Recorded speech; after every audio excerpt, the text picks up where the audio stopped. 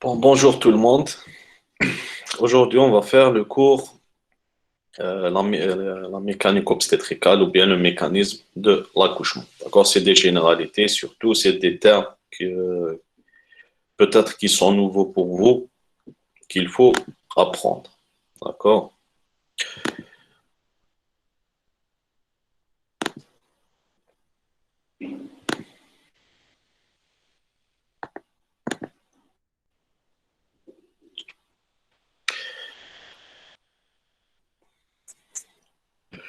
Aujourd'hui, on va parler de l'accouchement, comment il se fait.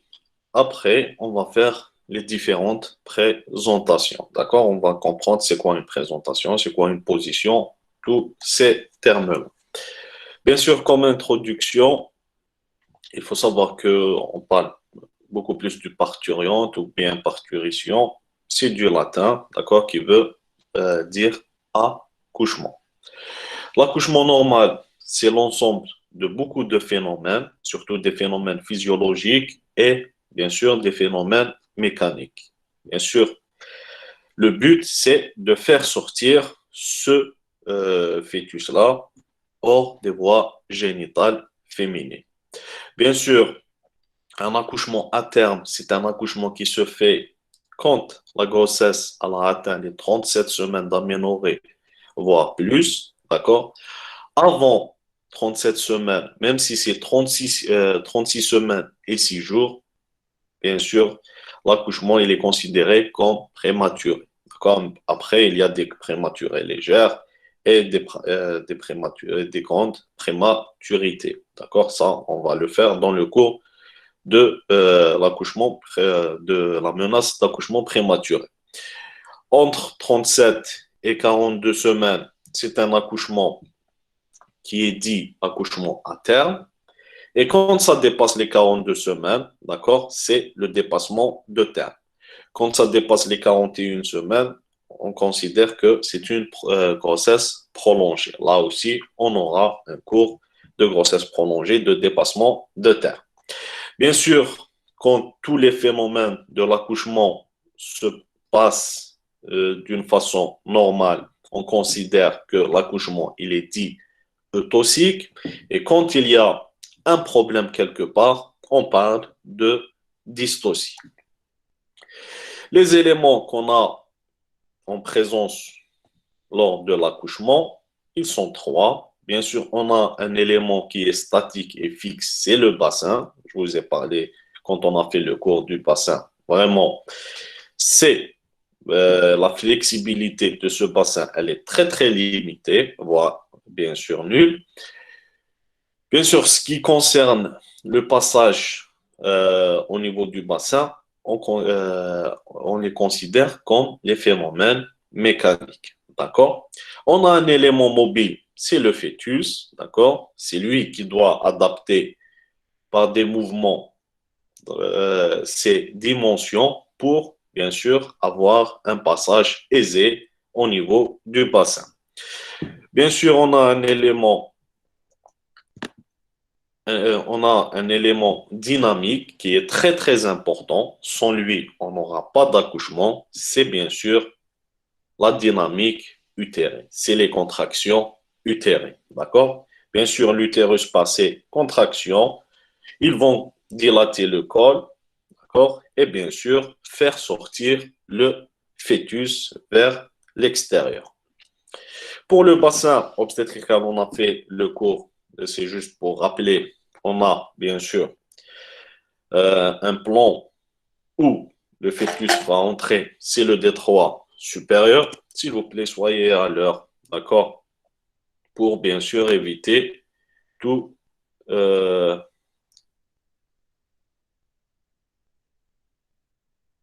pour éviter tout ce désagrément, d'accord? Parce qu'il n'y a pas d'option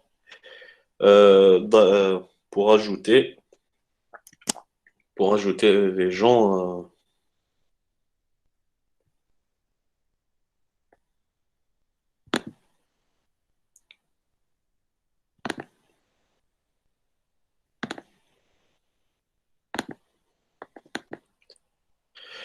Bon, je disais pour le bassin. bien sûr, on a fait les trois parties essentielles du bassin, surtout la partie supérieure ou bien le détroit supérieur, d'accord? C'est par là que se fait l'engagement, d'accord? C'est le plan d'engagement de la présentation. On va voir c'est quoi l'engagement. On a l'excavation pelvienne, bien sûr, à son niveau que s'effectue la descente et bien sûr une rotation qui est obligatoire. Et au niveau du détroit supérieur, c'est le plan du dégagement, d'accord, de la présentation. Bien sûr, ça, c'est juste pour vous rappeler la forme du DS, parce que réellement, la présentation doit avoir une orientation. On va voir c'est quoi une orientation, d'accord, une orientation de la présentation pour, bien sûr, ramener son diamètre à le faire passer dans un diamètre oblique.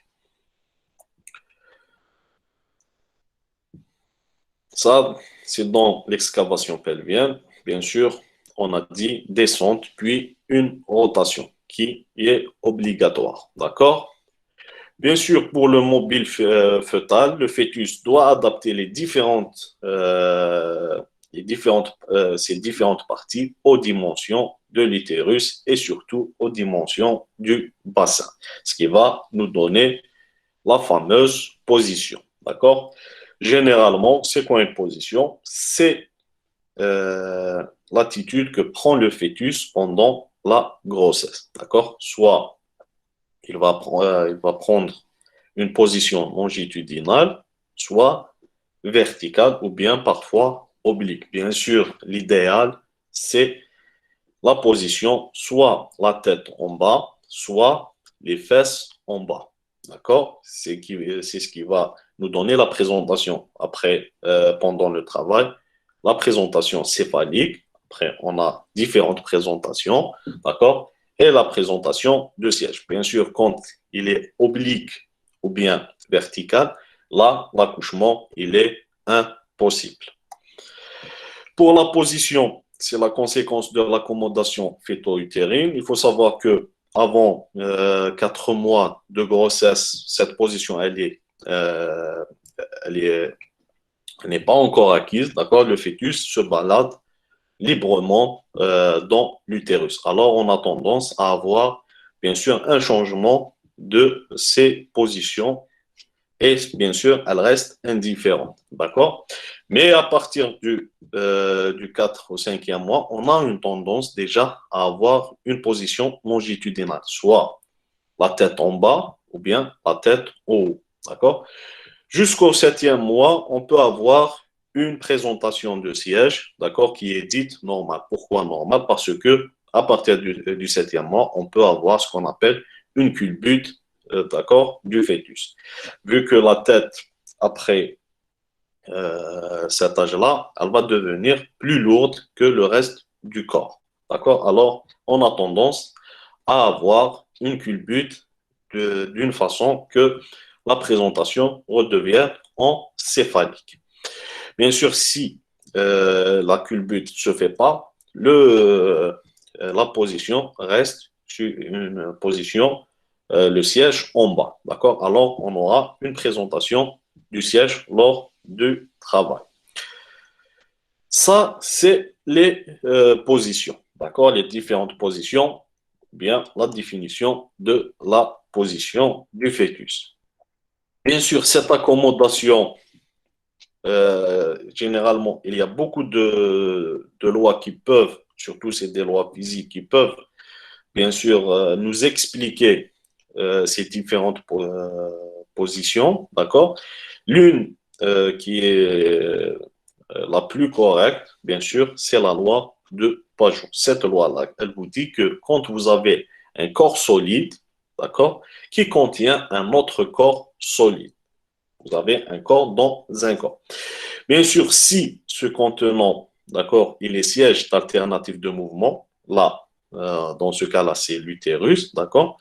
Bien sûr, si les surfaces sont glissantes et peu anguleuses du fœtus, d'accord, alors on aura le contenu qui va, bien sûr, il va avoir une tendance à accommoder les différentes formes et dimensions de ces diamètres par rapport aux dimensions, bien sûr, de ce contenant. D'accord? C'est pour ça, ça nous explique que, vu qu'il y a des contractions utériles, même en dehors du travail, il y a des petites contractions utériles, ça nous fait bouger le fœtus, d'accord? Et bien sûr, il va essayer d'avoir une bonne accommodation. Ça, c'est les différentes, bien sûr, euh, positions qu'on peut avoir. Là, c'est une position oblique. Vous voyez bien, c'est juste pour vous schématiser ça, vous voyez bien que c'est impossible que le fœtus descende dans le bassin. Alors, généralement, ces positions-là, elles sont bien sûr réglées par une césarienne. La présentation, là, c'est pendant le travail, d'accord? C'est bon, l'utérus commence à se contracter d'une manière régulière, alors c'est une présentation qui est dite définitive, d'accord? Si la tête elle est en bas, c'est bon, elle reste en bas. Si le siège qui est en bas, là aussi, on ne peut pas changer, d'accord? Bien sûr, c'est quoi la présentation? La présentation, c'est la partie du fœtus qui se met en contact du détroit supérieur. D'accord? Soit c'est la tête, soit c'est le siège, soit c'est l'épaule dans les présentations, bien sûr, obliques, voire transverses. Bien sûr, c'est la partie de ce fœtus qui se met en contact direct du détroit supérieur qui va bien sûr s'engager ou bien tenter de s'engager à condition d'être assez volumineuse pour remplir toute l'excavation. D'accord? Puis ça va évoluer selon un mécanisme et ce mécanisme, on va le voir avec chaque présentation.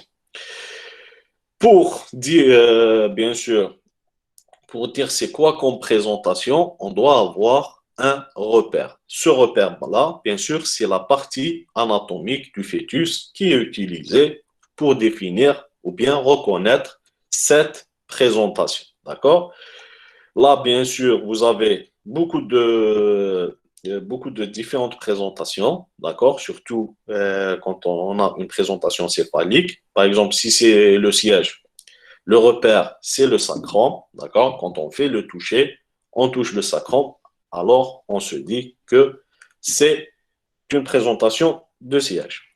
Quand c'est une présentation céphalique, on a de nombreuses présentations selon le degré de flexion et de déflexion de la tête, d'accord? Là, bien sûr, dans le cours, on va voir c'est différent. Mais juste pour comprendre c'est quoi un repère, par exemple, dans la présentation du sommet, d'accord? Là, vous aurez la tête complètement fléchie. Son repère, bien sûr, c'est l'occiput.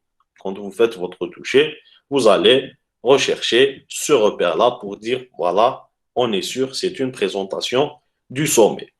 Par exemple, si vous avez une tête complètement euh, défléchie, ça c'est une présentation de face. Et on va voir dans les cours comment reconnaître toutes ces présentations. La variété de présentation, là, on va voir comment le fœtus s'est engagé. Par exemple, si on prend comme exemple le sommet, d'accord, c'est l'occiput, on va voir cet occiput-là où il se situe. D'abord, par rapport au bassin, est-ce qu'il se situe en antérieur, d'accord? Bien sûr, la femme, elle est en position gynécologique et en faisant le toucher. Si l'occiput il est en antérieur, ça veut dire que c'est une variété antérieure. Si par exemple le fœtus est engagé en postérieur, c'est une variété en postérieur. D'accord? Imaginez ça, c'est l'occiput. D'accord? C'est l'occiput. Alors si vous le touchez en antérieur, c'est une variété antérieure. Et en plus de ça, si il est à gauche, d'accord? Là, il est à gauche, d'accord? Là, on dit que c'est une présentation, d'accord, antérieure et à gauche. Là, dans l'occiput, c'est occipito-iliaque parce que c'est l'os iliaque. Iliaque, gauche, antérieur. Là, c'est occipito-iliaque droite antérieure. Là, c'est postérieur, droite postérieure. Droite, gauche postérieure. Là, c'est quand vous avez, bien sûr, un bassin plat. Ça dépend. On peut avoir une présentation transverse. Bien sûr, l'occiput, il est soit à droite, soit à gauche. Ça, c'est les variétés de position. On a pris, bien sûr, chaque présentation va avoir les différentes variétés, mais généralement, il faut juste comprendre que selon le repère, notre repère de cette présentation, soit il est en antérieur et généralement soit droit, gauche, soit en postérieur, droit, gauche. D'accord? Ça, c'est pour, bien sûr, se situer pendant le travail. C'est très, très important parce que on a le pronostic. Généralement, quand c'est une présentation en antérieur, là, l'accouchement se fait plus rapidement que quand ce repère-là, il est en postérieur. Pour l'utérus, en troisième partie, c'est bien sûr le muscle utérin qui est très important pour l'accouchement. Bien sûr, la différence entre un utérus gravide et non gravide, c'est surtout le segment inférieur. C'est quoi le segment inférieur? C'est pendant la grossesse, l'isthme, d'accord? Avant, bien sûr, la grossesse, on a le col, puis l'isthme, puis on a le corps utérin. Mais pendant la grossesse, on a tendance à la formation de ce segment inférieur. C'est quoi ce segment inférieur?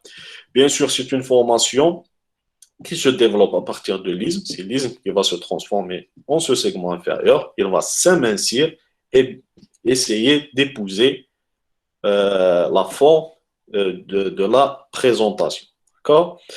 Bien sûr, c'est une chambre de détente.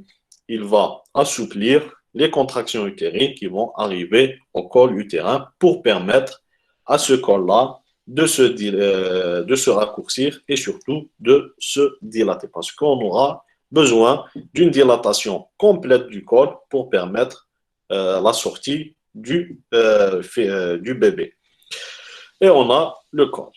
Ça, c'est les différentes bien sûr, partie de l'utérus. Et surtout, on a besoin surtout des, des muscles du corps, surtout pour la délivrance. On va voir ça dans le cours de la délivrance. Mais ce qu'il faut garder, il y a trois couches, mais la plus importante, c'est cette couche-là qui est plexiforme. C'est une couche qu'on ne retrouve pas euh, dans le segment inférieur. Alors, en attendant, si le placenta s'est inséré sur le segment inférieur, d'avoir des hémorragies de la délivrance. D'accord? Parce qu'on n'aura pas la ligature des petites artères.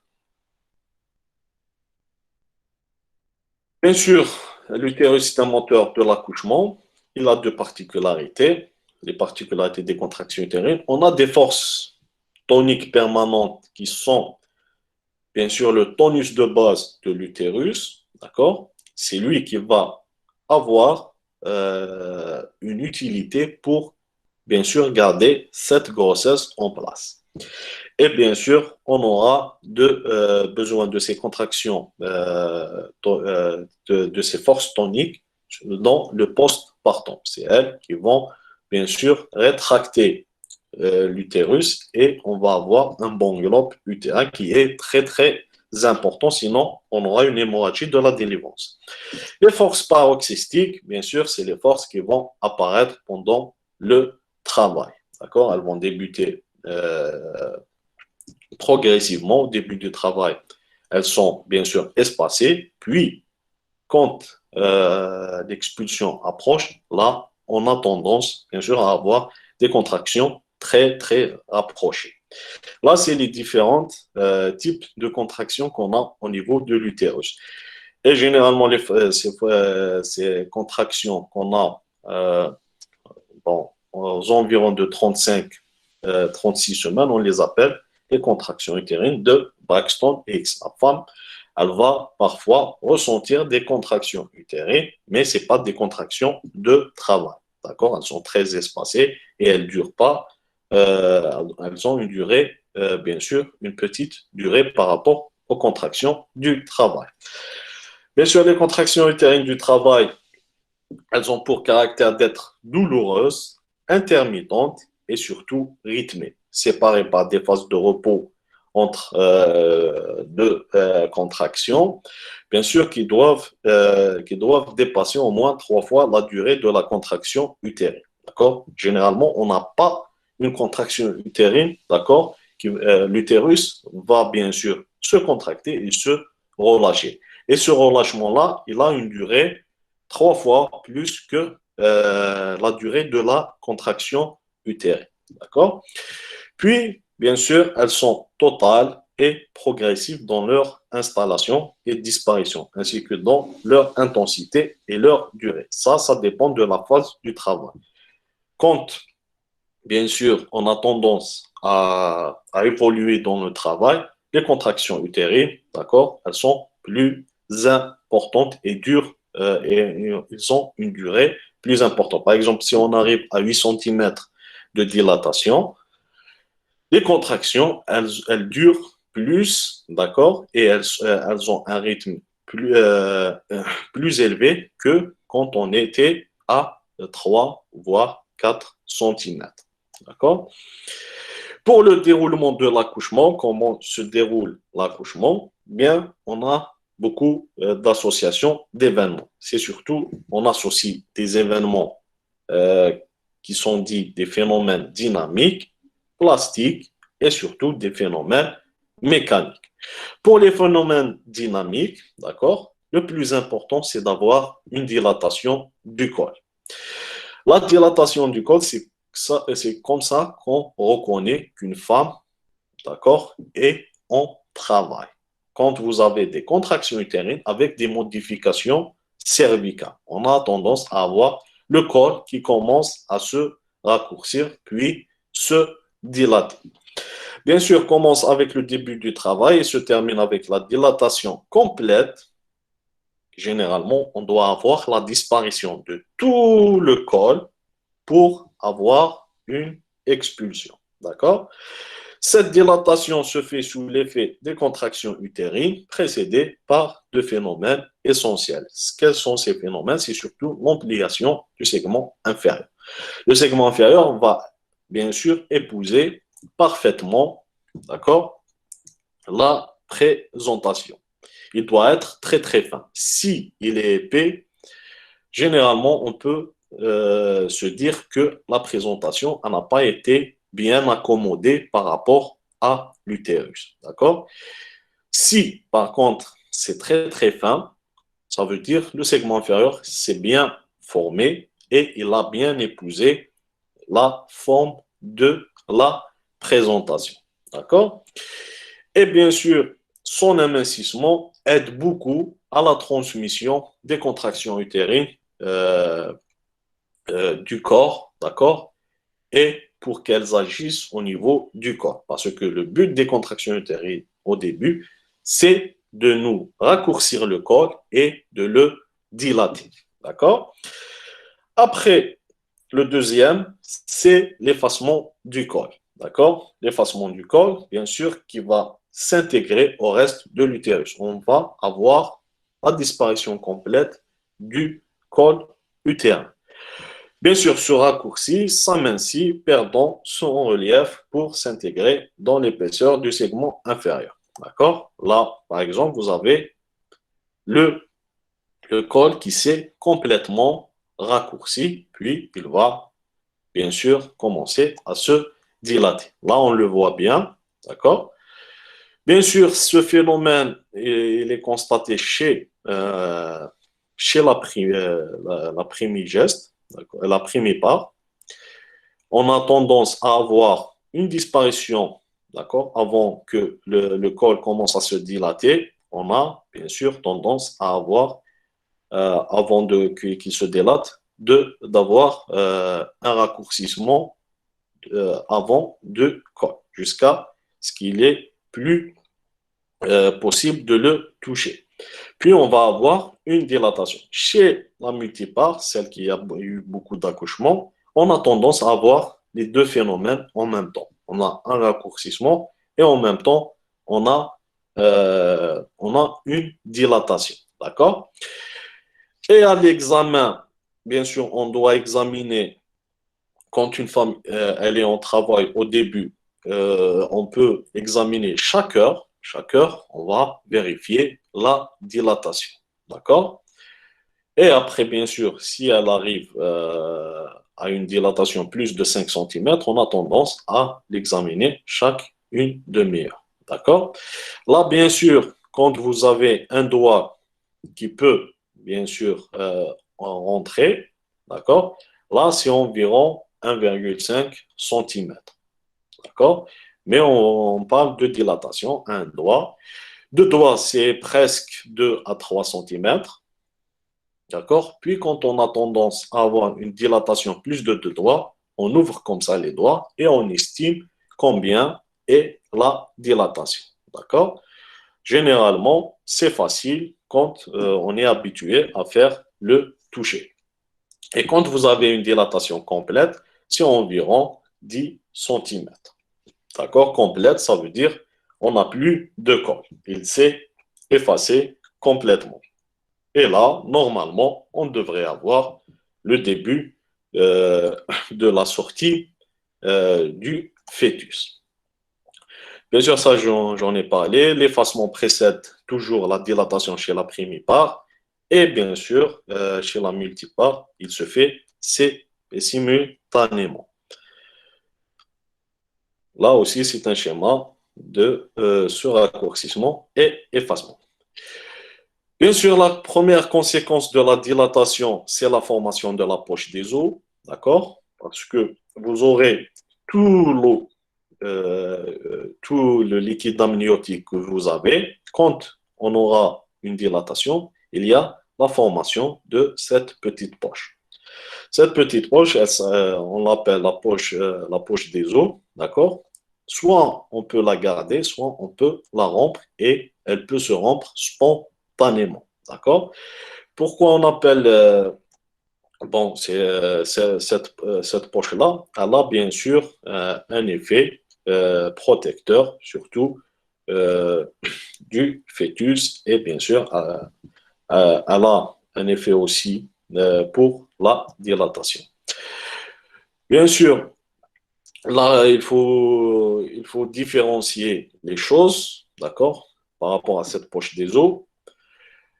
Quand vous avez une rupture et le travail n'a pas encore commencé. D'accord? Ça veut dire qu'on n'a pas de contraction utérine et le col il n'est pas modifié. Mais on a de l'eau qui coule. Là, on l'appelle une rupture, d'accord, prématurée de la poche des os. Et bien sûr, quand on a ça, on peut avoir une entrée au travail, d'accord, soit dans les 6 heures, soit dans les 24 heures, mais ça peut aller plus loin, ça dépend de l'âge gestationnel. La rupture, elle est dite précoce, c'est quand elle se fait, bien sûr, au début du travail. D'accord? Par exemple, on est à 2 cm de dilatation et là, cette poche-là, elle s'est rompue. Là, on parle d'une rupture précoce. Là, il faut très très bien le mentionner pour bien sûr voir est-ce qu'on doit mettre des antibiotiques ou pas. Parce que quand cette poche-là elle est rompue, on a un contact direct entre les germes du vagin et bien sûr notre fœtus. Alors, il faut faire très très attention du temps où elle s'est rompue cette poche des os pour voir si on met ou pas des antibiotiques. La rupture peut être tempestive à dilatation complète. Quand on arrive à dilatation complète, là, généralement, la poche des os se rompt et si on a cette rupture quand on a une dilatation complète, on appelle ça la rupture tempestive. La rupture artificielle, généralement, c'est nous qui le font, d'accord? C'est l'opérateur qui va y aller avec une aiguille ou bien un amnioton, d'accord? C'est des petites pinces pour, bien sûr, déchirer ces membranes-là pour permettre une rupture artificielle de ces dernières. Bien sûr, on le fait généralement pour activer parfois le travail, parce qu'on considère que dans le liquide amniotique, on a des prostaglandines. D'accord? Alors, certains, quand la femme arrive à 4 voire 5 centimètres, ils préfèrent rompre cette poche des os pour permettre une activation du travail, ou bien ils suspectent que le liquide a changé de couleur. Là, on le rend pour surveiller la couleur du liquide amniotique qui est très très important, d'accord? Parce que normalement, c'est un liquide clair, d'accord, comme l'eau de roche. S'il vire, s'il devient verdâtre, d'accord, ou bien carrément en purée de pois. Purée de pois, c'est vraiment comme la purée des petits pois verts. D'accord? Là, bien sûr, ça veut dire qu'il y a un problème quelque part. D'accord? Bien sûr, on parle de rupture franche de la poche des os. C'est quand vous avez les deux feuilles qui sont franchement déchirées. D'accord? Parfois, on a ce qu'on appelle une fissuration. C'est juste un petit point, d'accord, au niveau des feuillets. Et là, on a tendance à avoir un écoulement de liquide. Mais quand vous faites votre toucher, vous allez toucher les membranes. D'accord? Ça, c'est la poche des os. Bien sûr, là, vous avez quand l'accommodation de la tête, elle est parfaite. D'accord? Là, vous allez avoir tendance à avoir une poche des os qui est dite plate. D'accord? Contrairement quand la présentation n'est pas bien accommodée à ce niveau-là, vous aurez tendance à avoir une poche des os qui est dite bombante. D'accord? Quand vous avez une poche des os bombante, ça veut dire la tête ou bien la présentation en général, elle est mal accommodée par rapport à l'utérus et par rapport au bassin. Là, c'est juste pour vous montrer que c'est ce qu'on a. Bon, comment le fœtus se trouve, d'accord, à l'intérieur de ses poches, de ses membranes, d'accord, les membranes. Là, quand il y a un accouchement comme ça, avec les membranes qui n'ont pas été rompues et le fœtus sort comme ça avec ses membranes, on appelle un accouchement coiffé, d'accord, le bébé, il est coiffé. Bien sûr, c'est rare et ça ne sert à rien de faire accoucher un fœtus comme ça. C'est juste pour vous montrer. Et là, par exemple, si on veut voir, quand vous avez une accommodation là, vous allez avoir tendance, par exemple, ici c'est l'aire de l'engagement, d'accord? Là, vous pouvez dire que la poche des os, elle était plate, d'accord? Mais généralement, on ne fait pas naître les fœtus quand vous avez la dilatation complète. Si les membranes n'ont pas été rompues, on les rompt artificiellement, d'accord? Pour bien sûr activer la sortie du fœtus. La sortie du fœtus, c'est ce qu'on appelle, bien sûr, l'expulsion. D'accord? C'est les contractions qui sont doublées d'efforts expulsifs que déclenche le contact de la présentation sur le périnée. C'est ça l'expulsion. Généralement, c'est le périnée qui est mis sous tension. D'accord? Et là, on a tendance à avoir la vulve qui va s'ouvrir, d'accord, petit à petit, selon, bien sûr, le degré de déflexion. Si on a une présentation de la tête, la déflexion de la tête. Pour les phénomènes mécaniques, d'accord, les phénomènes mécaniques, bien sûr, là, c'est les phénomènes physiologiques, les phénomènes mécaniques, bien sûr, le fœtus, quand on a un accouchement, il faut savoir qu'il y a l'accouchement en réalité des trois parties fœtales. On a l'accouchement de la tête, puis l'accouchement des épaules, d'accord? C'est elles qui ont un diamètre euh, important. Et bien sûr, l'accouchement du siège, d'accord? Ces trois parties-là qui vont être accouchées. Si on a, bien sûr, une présentation de siège, là, vous aurez l'accouchement du siège, puis des épaules, puis de la tête dernière, d'accord? Là, c'est les trois parties fœtales qui doivent, bien sûr, avoir une mécanique. Vous avez l'engagement de la tête, puis quand la tête va se dégager au niveau du segment inférieur, on a les épaules qui s'engagent, et ainsi, quand les épaules se dégagent, on a le siège qui s'engage. D'accord? Et chaque partie, on a l'engagement, la descente et rotation au niveau de l'excavation pelvienne, et bien sûr, le dégagement.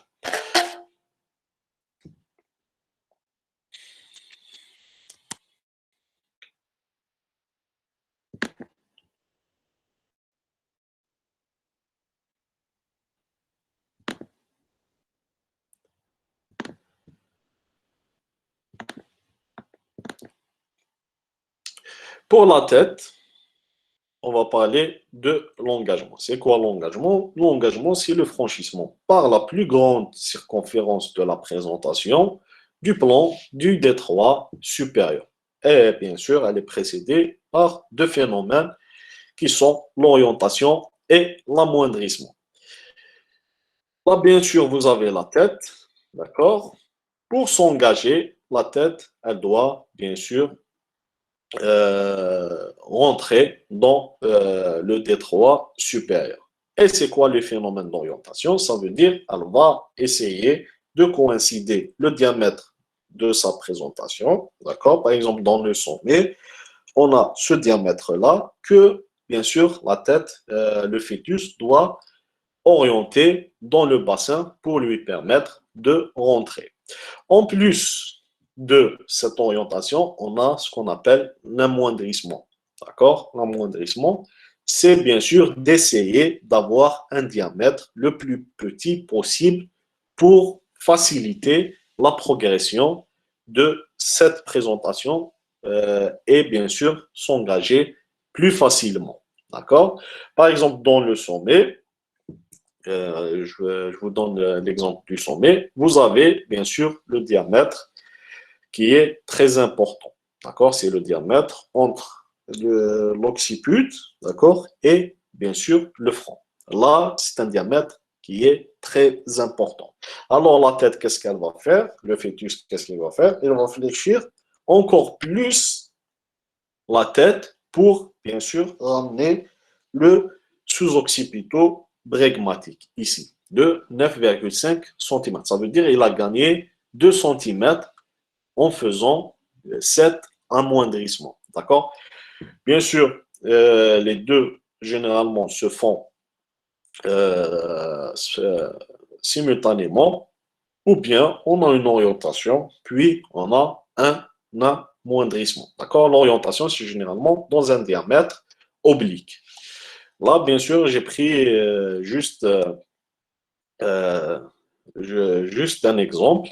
Là, c'est un chevauchement des os du crâne qui n'est pas grave. D'accord? Là aussi, on peut le considérer comme un amoindrissement des diamètres. D'accord? Quand vous avez surtout ce diamètre-là bitemporal qui est important, là, si le fœtus rentre quand même, euh, malgré qu'il est plus grand que celui du bassin, là, bien sûr, avec les contractions utérines, ça veut dire qu'on va forcer le passage, le fœtus peut faire ce phénomène-là de chevauchement des os du crâne. Mais ce n'est pas grave, d'accord? Après la sortie, tout redevient comme c'était avant.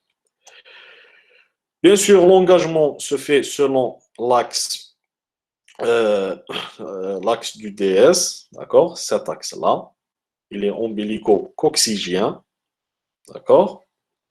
Malgré que la poussée, d'accord, l'angle entre l'axe de la poussée utérine, parce que l'utérus va pousser dans, euh,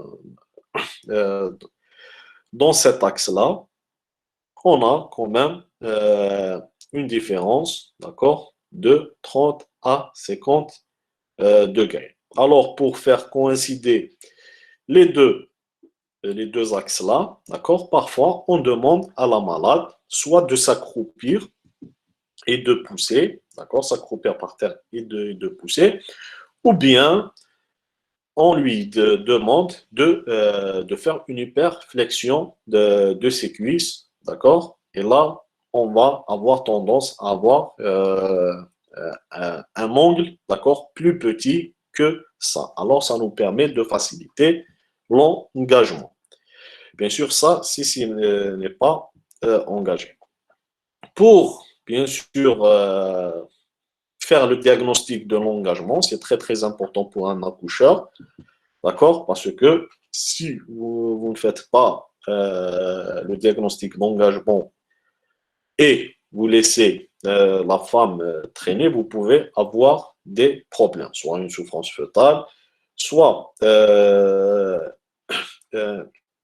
une fatigue maternelle, d'accord? Alors que normalement, quand on a une absence d'engagement et le col s'est effacé complètement, d'accord, à dilatation complète, si au bout de 3 heures, on n'a pas un engagement, il faut le considérer comme un défaut d'engagement et passer à la césarienne. Ça veut dire qu'il y a un problème et le fœtus ne peut pas s'engager. D'accord? Cliniquement, comment, bien sûr, on fait le diagnostic? Généralement, il est facile. D'accord? Surtout au toucher vaginal. Mais avant le toucher vaginal, on peut, par la palpation, d'accord? Par la palpation, de faire ce diagnostic. La palpation, c'est le signe de Fabre.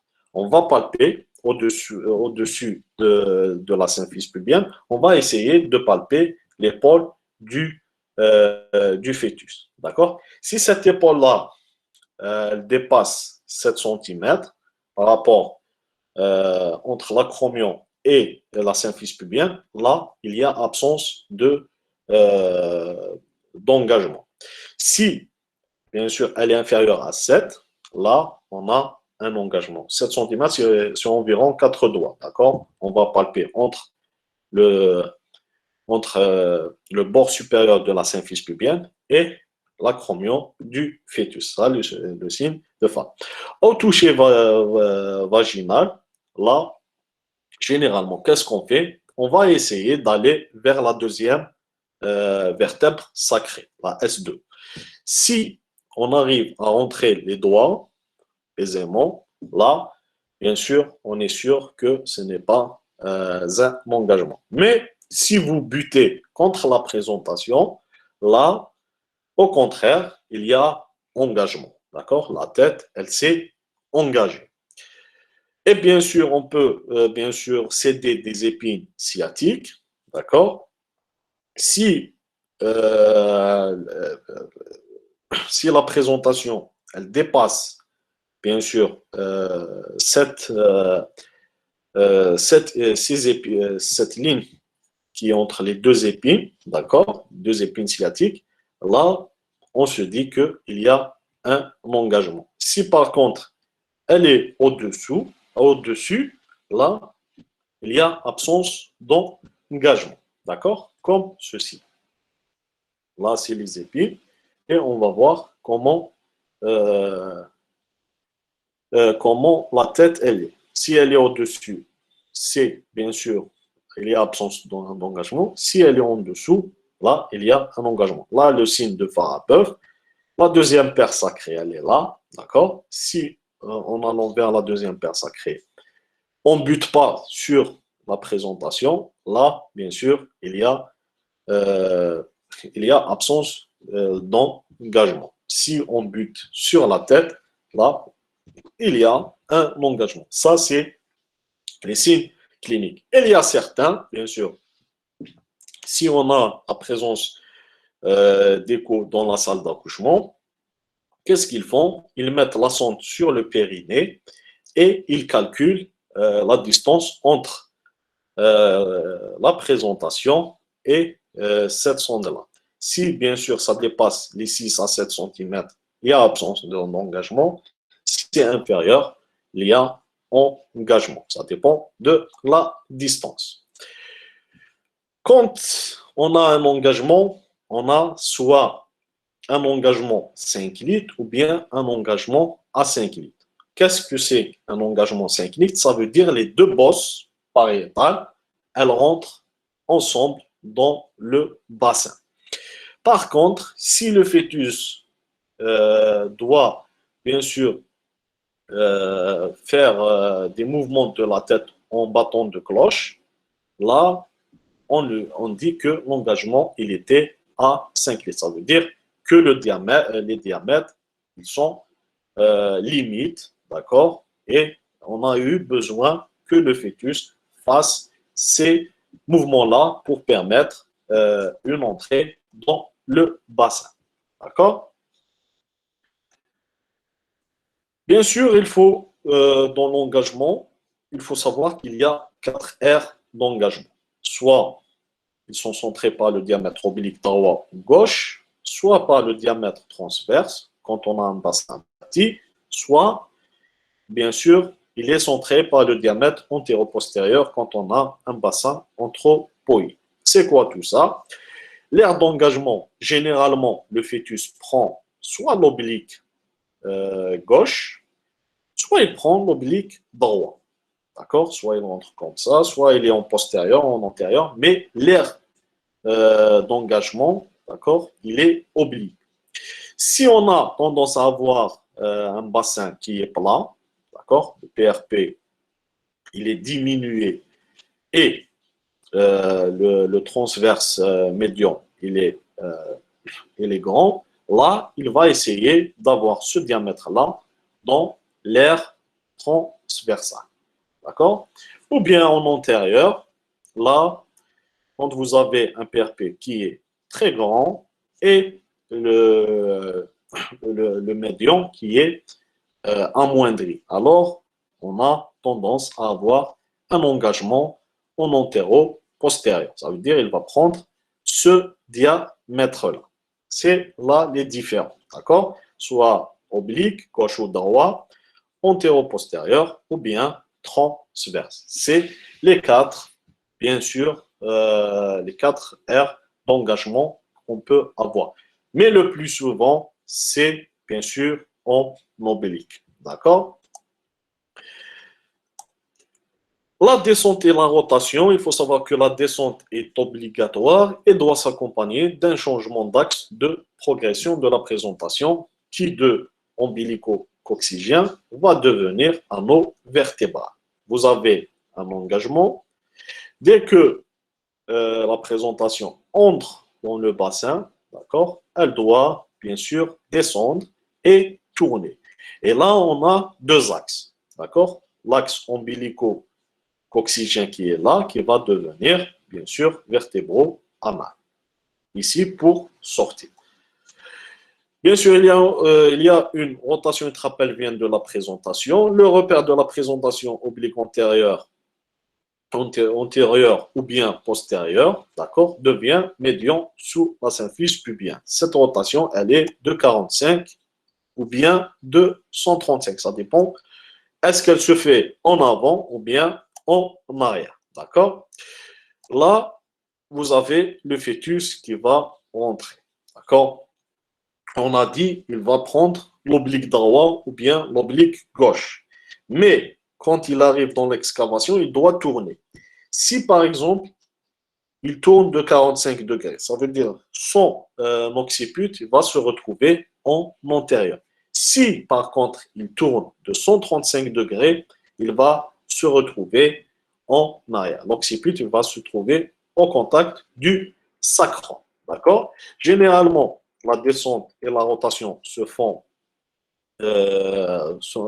simultanément. Il y a des auteurs qui vous disent non, il y a d'abord une descente puis une rotation. Il y a d'autres qui vous disent une rotation. D'accord? Dès qu'il entre, il se retourne.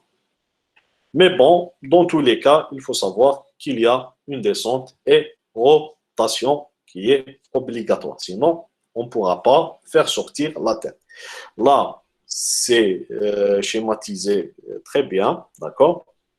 Quand vous avez le fœtus qui prend l'oblique, d'accord? Un oblique droit ou bien gauche, en se retournant de 45 degrés, il va retrouver sa présentation, d'accord, au contact de la symphyse pubienne, d'accord? Parfois, ils font 135 degrés et il va se retrouver, d'accord, en arrière. Maintenant, si la variété de position, elle était postérieure, ça veut dire l'occiput, à l'engagement, il était en postérieur. Là aussi, il peut faire 45 degrés pour ramener cet occiput en sacré, d'accord? Ou bien il doit faire 135 degrés pour ramener cet occiput vers la symphyse pubienne. Toute cette mécanique, d'accord, elle dépend de cette rotation et surtout les dimensions du fœtus. Parfois, il prend la facilité juste de faire une rotation de 45 degrés, mais parfois, on y arrive à avoir les 135 degrés. Bien sûr, l'accouchement, il peut se faire quand l'occiput il est en arrière, mais il faut savoir que la durée du travail, elle est mieux dans les variétés antérieures. D'accord?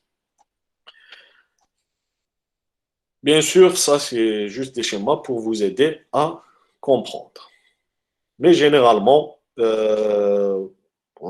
dans la plupart des cas, on a des présentations, des rotations en antérieur quand c'est des variétés antérieures. D'accord?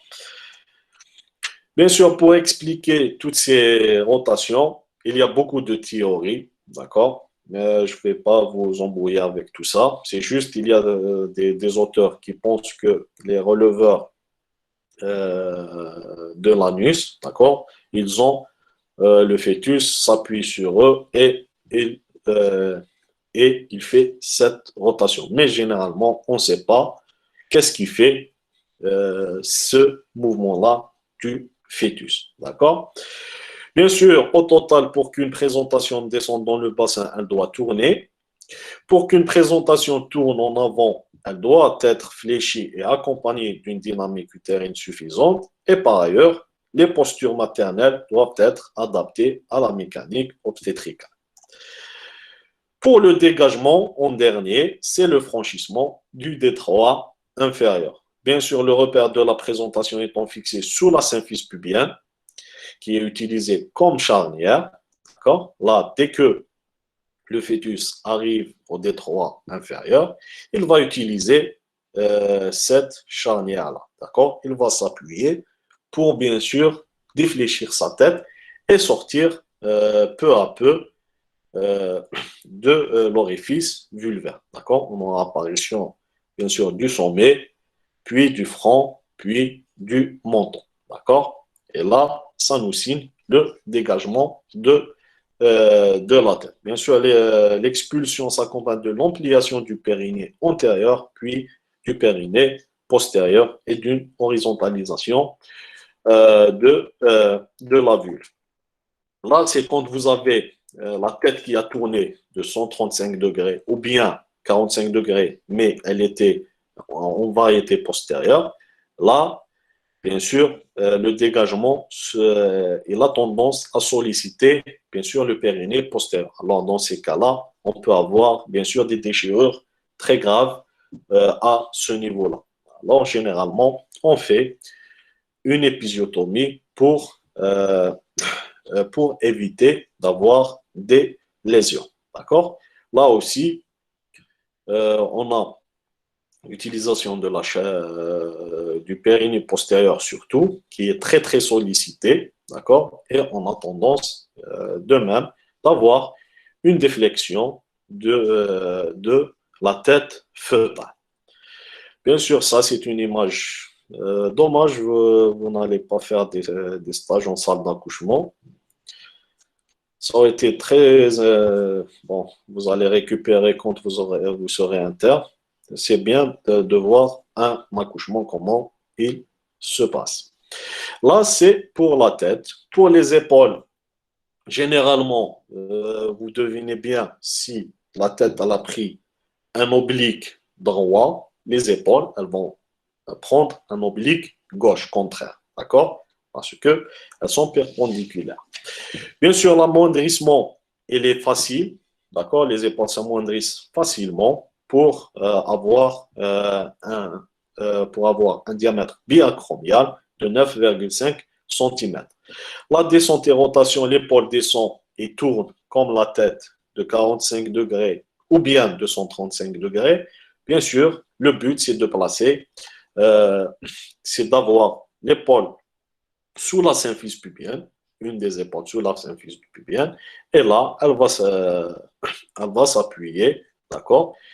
Et généralement, c'est là où on intervient, soit on intervient, mais parfois l'accouchement peut se faire tout seul, c'est d'essayer d'abaisser la tête fœtale pour, bien sûr, faire engager, euh, faire dégager, pardon, l'épaule antérieure, puis on soulève pour dégager la postérieure. Mais généralement, si le bébé n'est pas un macrosome, d'accord, et les épaules, elles étaient engagées, d'accord, là, généralement, il n'y a pas de problème. Le problème, c'est quand il y a une dystocie des épaules, d'accord, on a un diamètre très, très important et les épaules ne se sont pas engagées, d'accord.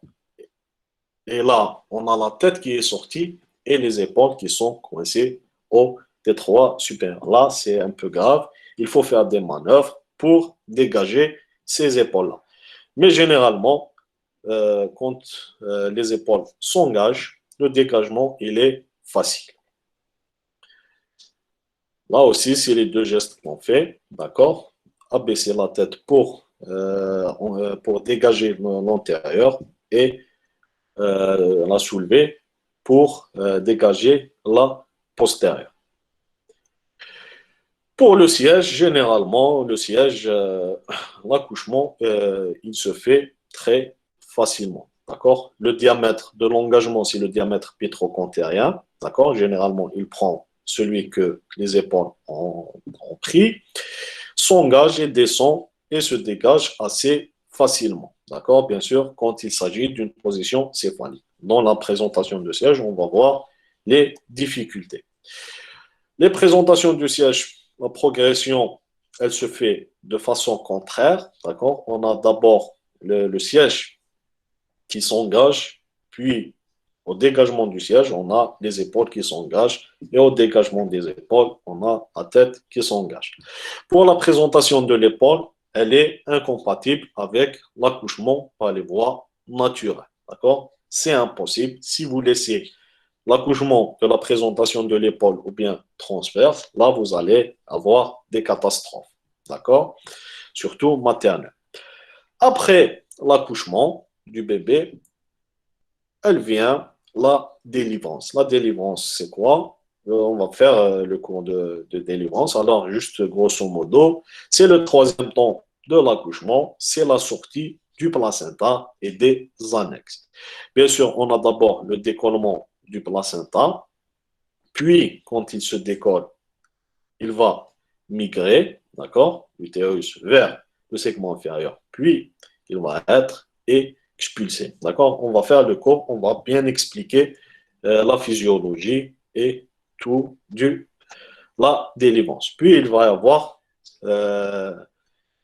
il va y avoir la partie la plus importante de la délivrance, c'est l'hémostase qui est assurée par la rétraction utérine, d'accord, puis par les phénomènes de coagulation. Pour la surveillance d'un accouchement, ce qui est très très important, comment on surveille une femme, d'accord, qui vient d'accoucher. Bien sûr, il faut faire tout un bilan, d'accord, bilan biologique et bien sûr un examen clinique de la femme, prendre la tension artérielle, euh, la fréquence cardiaque, bien sûr, tout ça, il faut le prendre. Mais ce qui concerne vraiment l'accouchement, bien sûr, il y a des éléments qui sont très, très importants et qu'on doit, bien sûr, surveiller.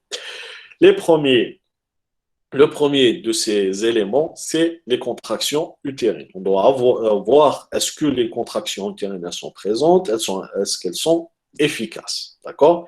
Bien sûr, pour la surveillance des contractions utérines, soit on les surveille cliniquement, d'accord, par la palpation de l'utérus, on va voir comment il se contracte et surtout la durée, d'accord, que ce soit la durée de la contraction et bien sûr la durée du repos entre les deux contractions.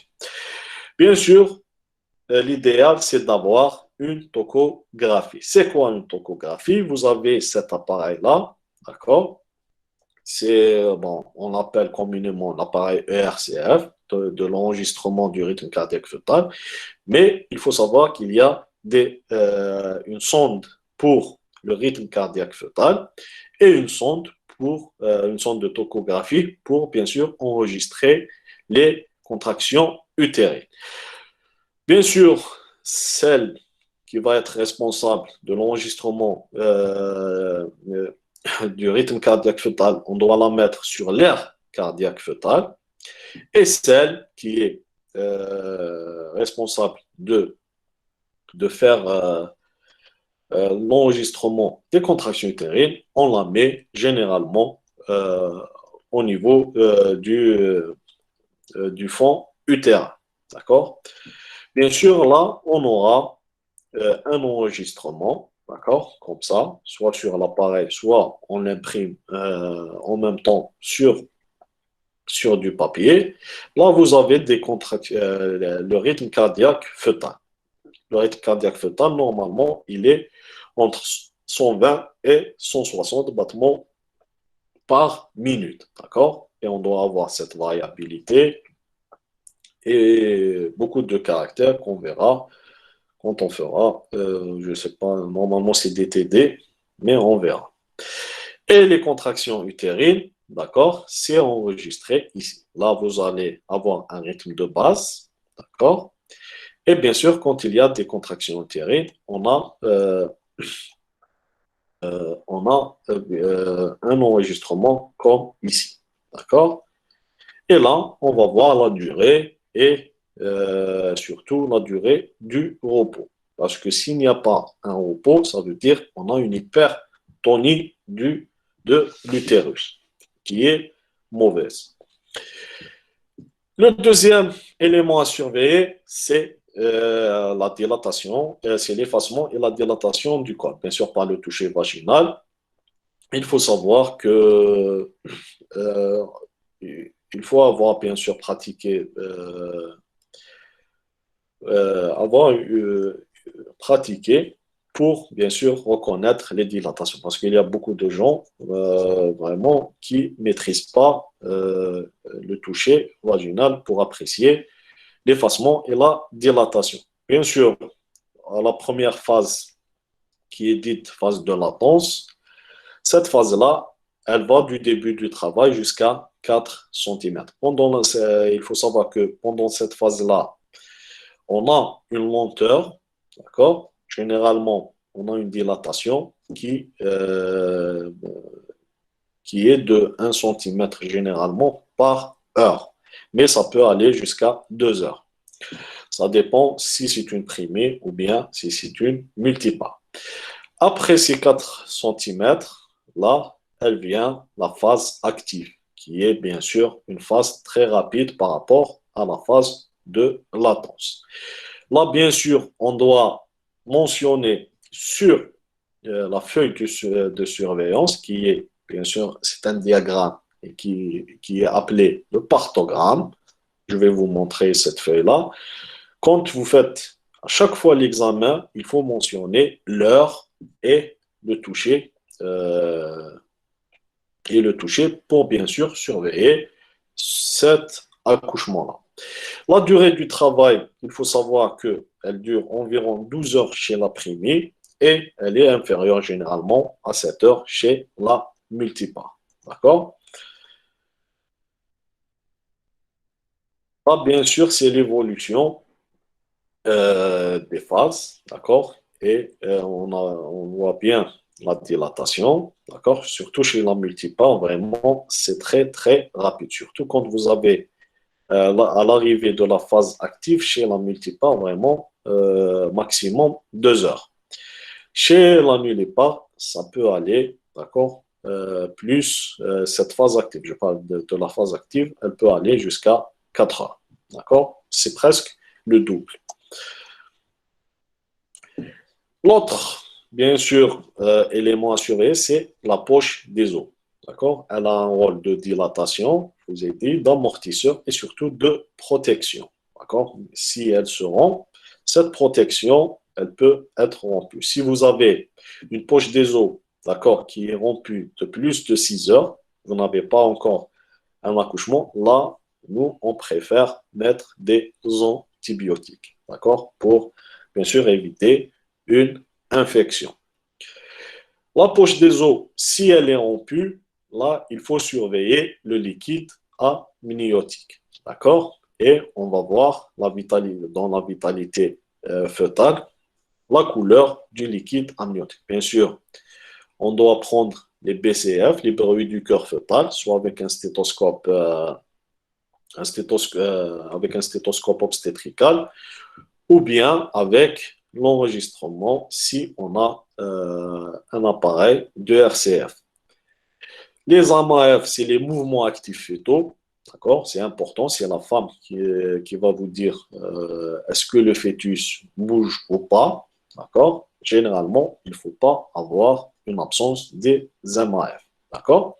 La couleur du liquide amniotique, c'est très important. Je vous ai dit la couleur, normalement, elle doit être claire. Mais si la couleur change vers le vert, ça veut dire que le fœtus il a émis son méconium. D'accord? Pourquoi il émet le méconium? C'est parce qu'il y a eu une phase où il n'a pas été bien oxygéné. D'accord? Soit il y a eu une hypoxie, soit bien sûr, carrément une absence d'oxygénation. Là, pourquoi? Parce que quand vous avez un fœtus, d'accord, en début d'une phase d'hypoxie, qu'est-ce qu'il va faire? Il va essayer de protéger ses organes nobles, à savoir le cerveau, le cœur, d'accord, et les reins. Le cœur, pardon, et les surrénales. Là, bien sûr, il va essayer de protéger ça. Ça veut dire que son tube digestif, d'accord, il va bien sûr essayer de diminuer l'oxygénation à ce niveau-là pour avoir une préférence vers les autres organes. Et quand il fait ça, on a tendance à un relâchement du sphincter anal, d'accord? Et quand il se relâche, on a le méconium qui est déversé dans ce liquide amniotique. Alors, on aura, bien sûr, le méconium, il est vert. Je ne sais pas si vous avez vu. Il est verdâtre. Alors, il va colorer ce liquide amniotique. S'il a émis juste un peu de méconium, le liquide, il est légèrement verdâtre. Mais si c'est une très, très grande quantité, là, le liquide, vraiment, il va devenir comme, euh, euh, il va devenir vraiment, comment dirais-je, c'est pas juste très coloré, mais avec des petites particules, d'accord? Et ces petites particules du méconium, si le fœtus les inhale, c'est très, très difficile de les aspirer. Alors, le fœtus risque à la naissance, bien sûr, de ne pas respirer. Bien sûr, la cardiotomographie, c'est l'enregistrement du rythme cardiaque fœtal. Et comme cinquième élément, c'est l'évolution de la présentation. Au toucher, vous allez non seulement apprécier la dilatation du corps, mais aussi le degré d'engagement. Est-ce que la présentation, elle est engagée ou pas? Ou peut-être elle est engagé et vous attendez la descente et rotation. Et parfois même, c'est le dégagement. C'est là les 5 éléments les plus importants, d'accord, dans la surveillance de la femme qui est en travail. Bien sûr, on appelle cette surveillance-là le partogramme. Le partogramme, c'est un document médico-légal. Sur ce partogramme, il faut bien sûr préciser tout ce que vous avez retrouvé à l'examen. Je vous donne un exemple ici. Bien sûr, il faut voir la rupture des membranes, l'heure, d'accord? Surtout l'heure de la rupture des membranes. Si oui, il faut préciser l'heure. C'est par rapport aux antibiotiques surtout, d'accord? Le rythme cardiaque fœtal et bien sûr ce que vous allez retrouver au toucher vaginal, la dilatation, d'accord? Les contractions utérines, vous allez mentionner, est-ce qu'elles sont normales, rythmées et tout, d'accord? Et bien sûr, tout le reste jusqu'à remplir tout ce diagramme-là. Et bien sûr, il faut mentionner les heures. D'accord? Et là, c'est un document que quand il y a un problème, d'accord, quand il y a un problème, ou bien euh, vous voulez voir est-ce que le travail se fait d'une manière normale, c'est grâce à ce diagramme-là qu'on peut le voir. Même quand, par exemple, vous sortez de la garde et la femme n'a pas encore accouché, celui qui vient derrière vous, il n'a qu'à suivre ce partogramme pour, bien sûr, voir est-ce qu'il y a euh, un travail long, un travail court, d'accord? Et bien sûr, s'il y a un dépôt de plainte, par exemple, le juge bien sûr, on va faire appel aux experts et les experts vont suivre ce diagramme-là que vous avez fait pour, bien sûr, voir comment il s'est déroulé le travail et l'accouchement. C'est un document qui est très important à avoir dans le dossier de la malade. C'est ça le partogramme. Mais ce qui est très important, c'est de connaître tous bien sûr, ces éléments de surveillance. Bien sûr, tout ça, en plus de la tension artérielle et tout l'examen clinique. Ça, c'est pour, bien sûr, comment se fait la mécanique obstétricale, d'accord, et comment surveiller un accouchement. Là, est-ce que vous avez des questions par rapport à ce cours?